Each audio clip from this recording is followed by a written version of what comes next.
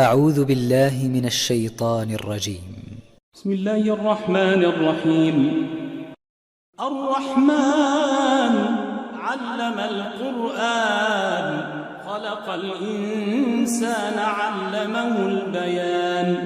الشمس والقمر بحسبان،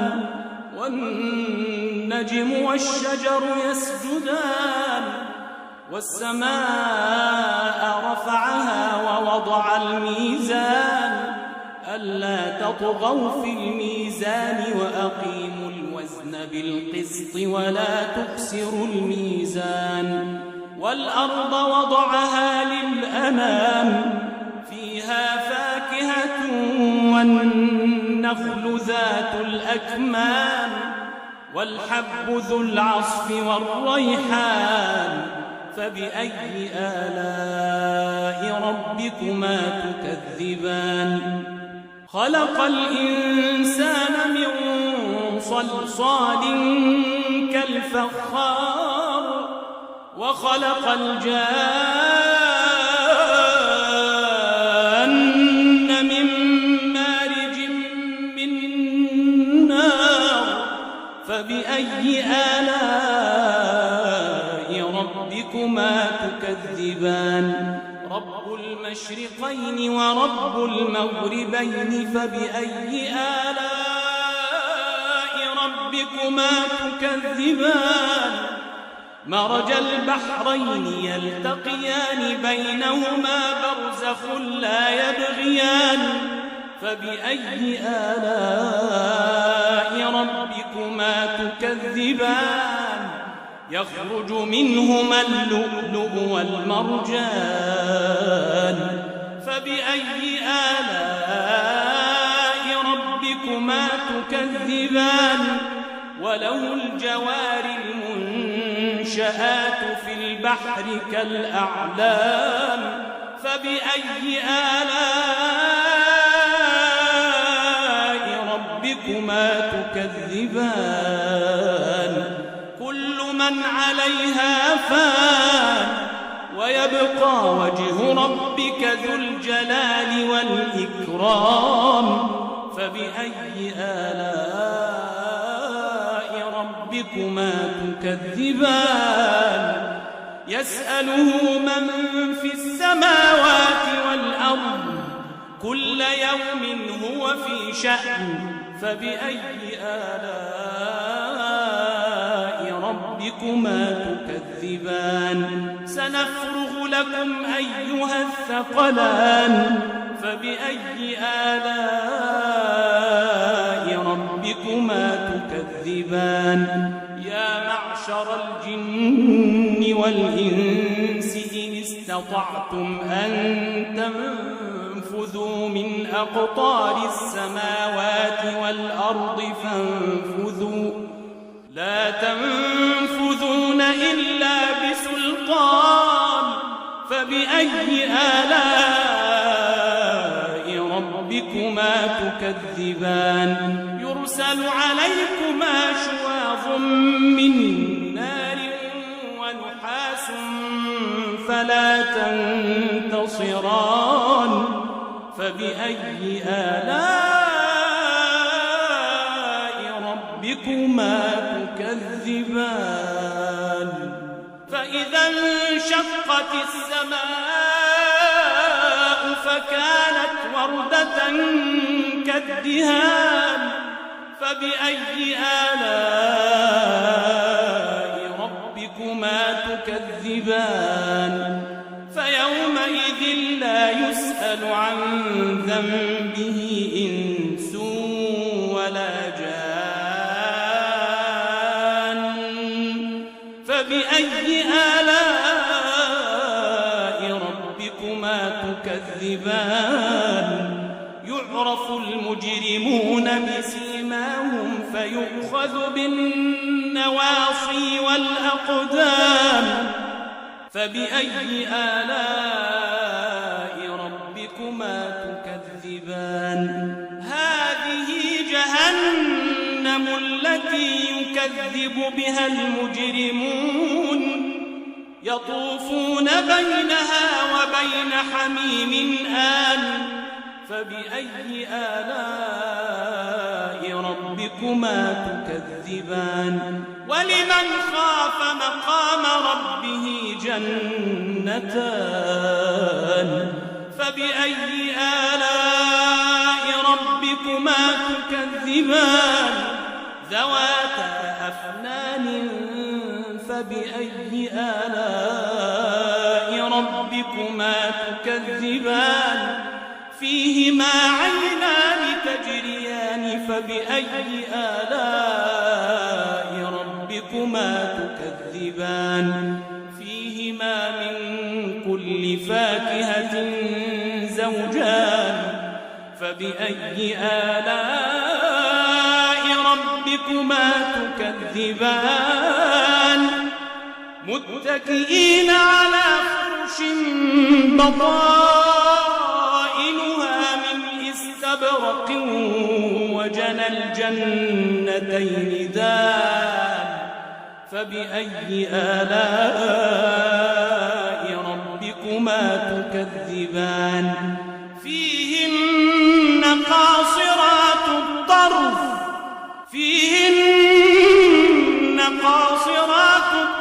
لم يطمثهن إنس قبلهم ولا جان فبأي آلاء ربكما تكذبان كأنهن الياقوت والمرجان فبأي آلاء ربكما تكذبان هل جزاء الإحسان إلا الإحسان فبأي آلاء ربكما تكذبان ومن دونهما جنتان فبأي آلاء ربكما تكذبان مدهامتان فبأي آلاء ربكما تكذبان فيهما عينان نضاختان فبأي آلاء ربكما تكذبان فيهما فاكهة ونخل ورمان فبأي آلاء ربكما تكذبان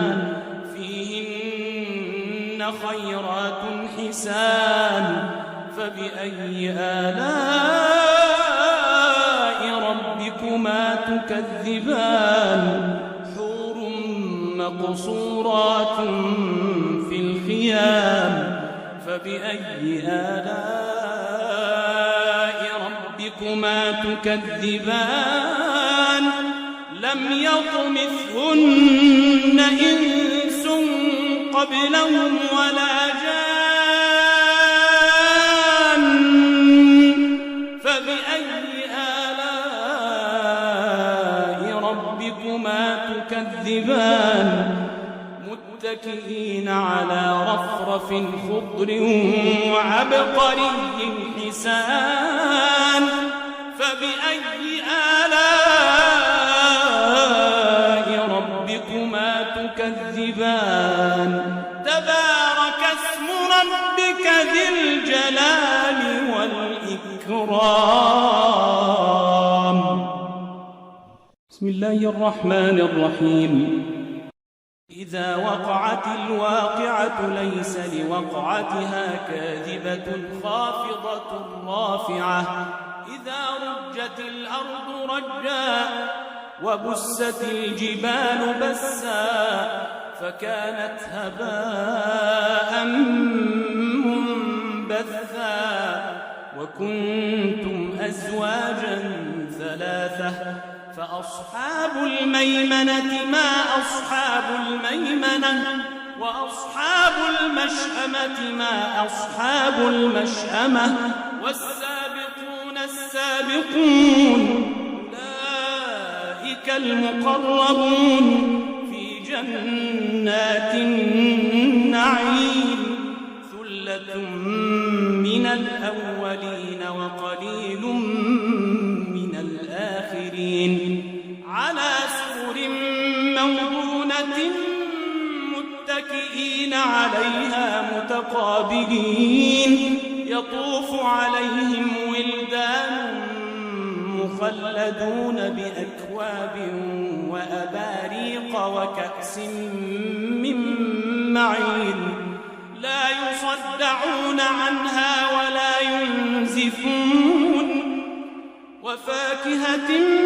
مما يتخيرون ولحم طير مما يشتهون وحور عين كأمثال اللؤلؤ المكنون جزاء بما كانوا يعملون لا يسمعون فيها لغوا ولا تأثيما إلا قيلا سلاما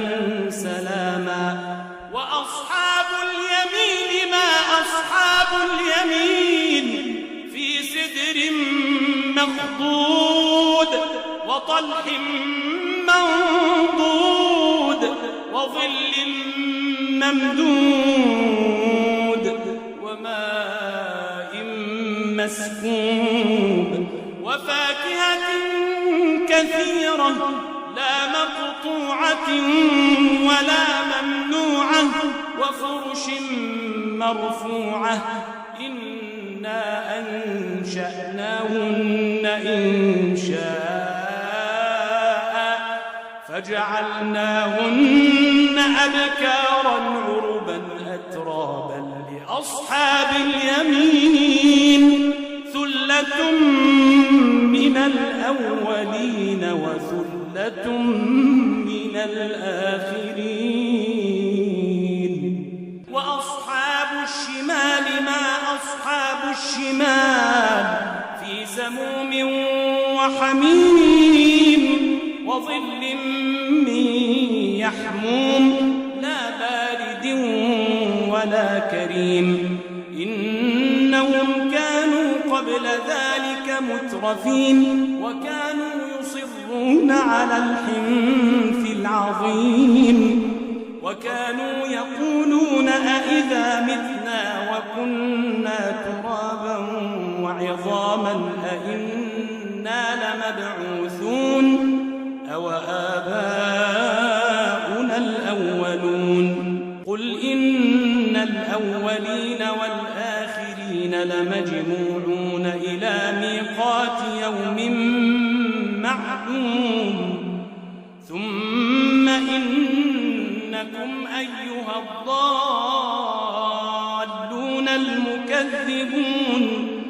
لآكلون من شجر من زقوم فمالئون منها البطون فشاربون عليه من الحميم فشاربون شرب الهيم هذا نزلهم يوم الدين نحن خلقناكم فلولا تصدقون أفرأيتم ما تمنون أأنتم تخلقونه أم نحن الخالقون نحن قدرنا بينكم الموت وما نحن بمسبوقين على أن نبدل أمثالكم وننشئكم فيما لا تعلمون ولقد علمتم النشأة الأولى فلولا تذكرون أفرأيتم ما تحرثون أأنتم تزرعونه أم نحن الزارعون لو نشاء لجعلناه حطاما فظلتم تفكهون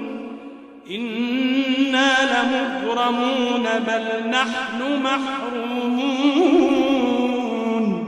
أفرأيتم الماء الذي تشربون أأنتم أنزلتموه من المزن أم نحن المنزلون لو نشاء جعلناه أجاجا فلولا تشكرون أفرأيتم النار التي تورون أأنتم أنشأتم شجرتها أم نحن المنشئون نحن جعلناها تذكرة ومتاعا للمقوين فسبح باسم ربك العظيم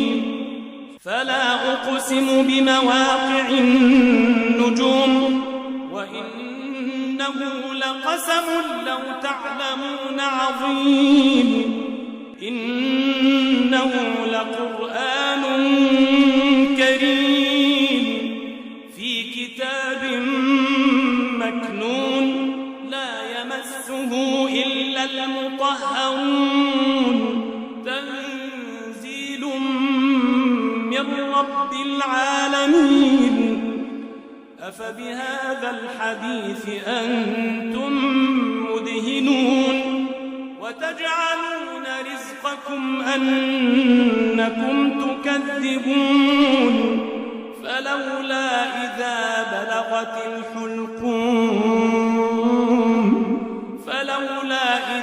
بلغت الحلقوم وأنتم حينئذ تنظرون ونحن أقرب إليه منكم ولكن لا تبصرون فلولا إن كنتم غير مدينين ترجعونها إن كنتم صادقين فأما إن كان من المقربين فروح وريحان وجنة نعيم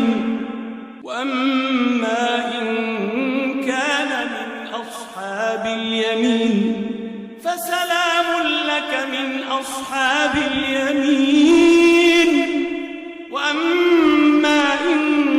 كان من أصحاب اليمين فسلام لك من أصحاب اليمين وأما إن كان من المكذبين الضالين فنزل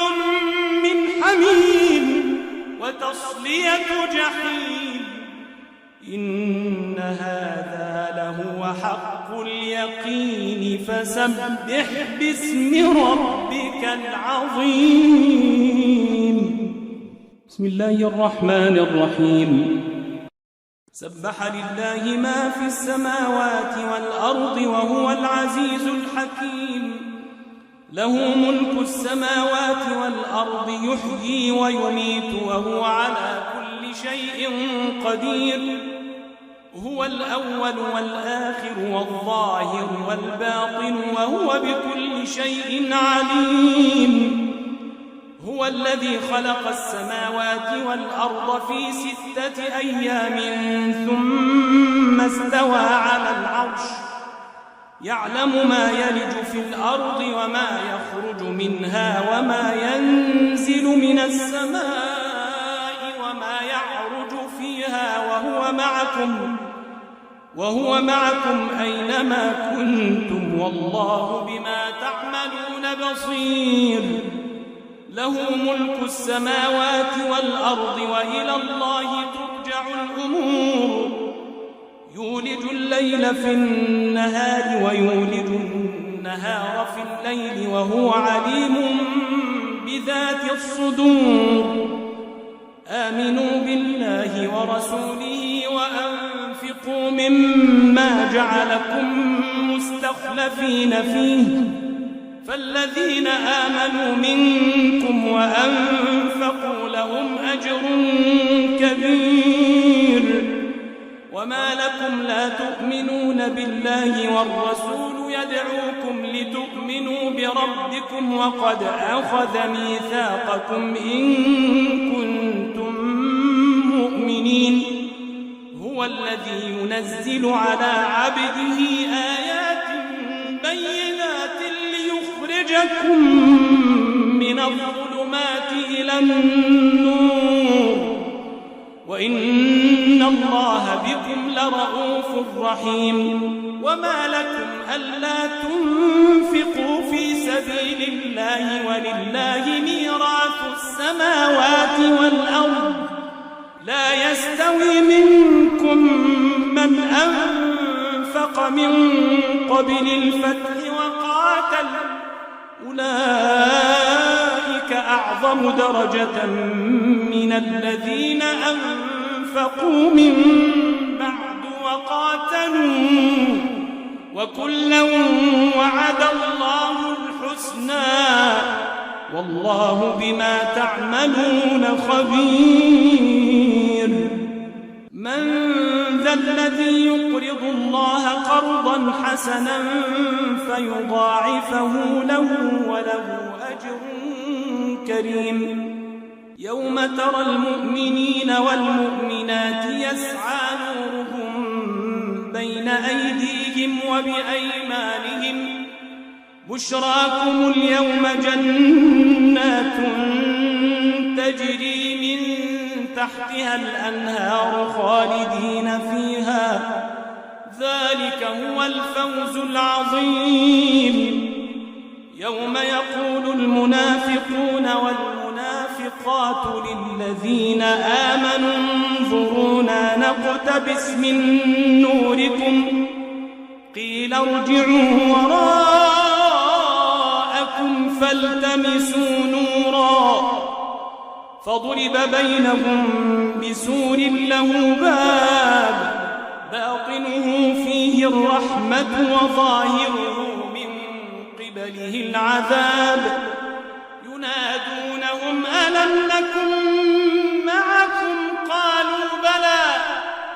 قالوا بلى ولكنكم فتنتم أنفسكم وتربصتم وارتبتم وغرتكم الأماني حتى جاء أمر الله وغركم بالله الغرور فاليوم لا يؤخذ منكم فدية ولا من الذين كفروا مأواكم النار هي مولاكم وبئس المصير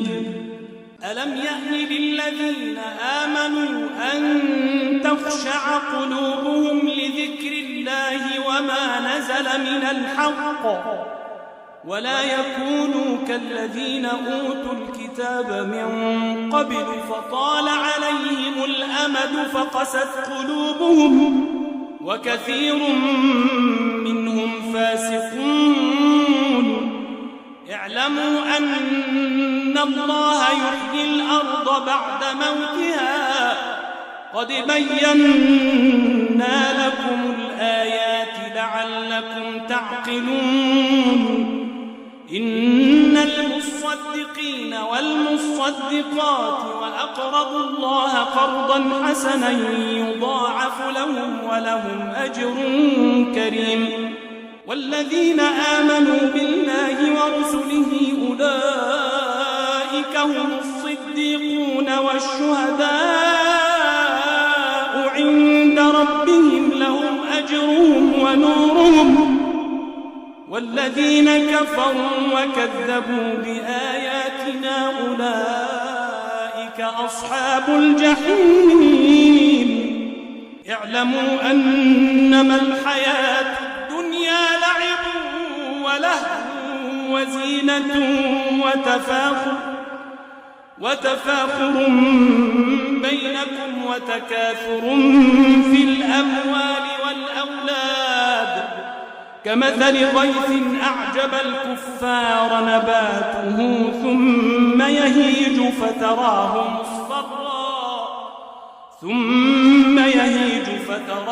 مصفرا ثم يكون حطاما وفي الآخرة عذاب شديد ومغفرة من الله ورضوان وما الحياة الدنيا إلا متاع الغرور وما الحياة الدنيا إلا متاع الغرور سابقوا إلى مغفرة من ربكم وجنة سابقوا إلى مغفرة من ربكم وجنة عرضها كعرض السماء والأرض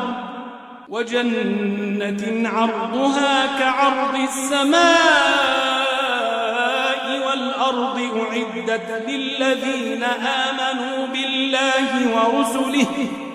ذلك فضل الله يؤتيه من يشاء والله ذو الفضل العظيم ما أصاب من مصيبة في الأرض ولا في أنفسكم إلا في كتاب ما أصاب من مصيبة في الأرض ولا في أنفسكم إلا في كتاب من قبل أن نبرأها إن ذلك على الله يسير لكي لا تأسوا على ما فاتكم ولا تفرحوا بما آتاكم والله لا يحب كل مختال فخور الذين يبخلون ويأمرون الناس بالبخل ومن يتول فإن الله هو الغني الحميد لقد أرسلنا رسلنا بالبينات وأنزلنا معهم الكتاب والميزان ليقوم الناس بالقسط وأنزلنا الحديد فيه بأس شديد ومنافع للناس وليعلم الله من ينصره ورسله بالغيب إن الله قوي عزيز ولقد أرسلنا نوحا وإبراهيم وجعلنا في ذريتهما النبوة والكتاب فمنهم مهتد وكثير منهم فاسقون ثم قفينا على آثارهم برسلنا وقفينا بعيسى بن مريم وآتيناه الإنجيل وجعلنا في قلوب الذين اتبعوه رأفة ورحمة ورهبانية ابتدعوها ما كتبناها عليهم إلا ابتغاء رضوان الله فما رعوها حق رعايتها فآتينا الذين آمنوا منهم أجرهم وكثير منهم فاسقون يا أيها الذين آمنوا اتقوا الله وآمنوا برسوله يؤتكم كفلين من رحمته ويجعل لكم نورا تمشون به ويغفر لكم والله غفور رحيم لئلا يعلم أهل الكتاب ألا يقدرون على شيء من فضل الله وأن الفضل بيد الله يؤتيه من يشاء والله ذو الفضل العظيم